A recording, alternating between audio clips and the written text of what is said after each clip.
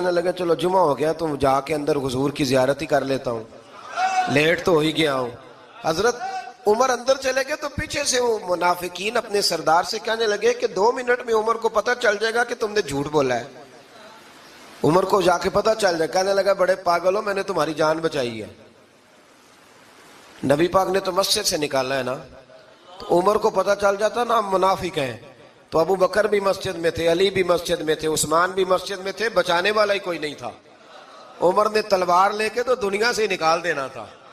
تو میں نے جان بچائی ہے، اب جائیں گے نا اندر تو حضور ٹھنڈا کر دیں گے، فرمائیں گے چلو میں نے نکال جو دیا ہے۔ تو یہ وہ منافقین کی جماعت ہے۔ دوسرے سے تیسرے رکوع میں نا اللہ تعالیٰ نے انسان کو یاد کرایا ہے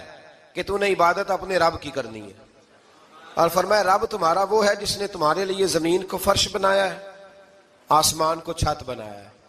اور آسمان سے پانی برسا کے تو زمین سے پھل اگائے ہیں، رزق لکم، وہ بھی تیرے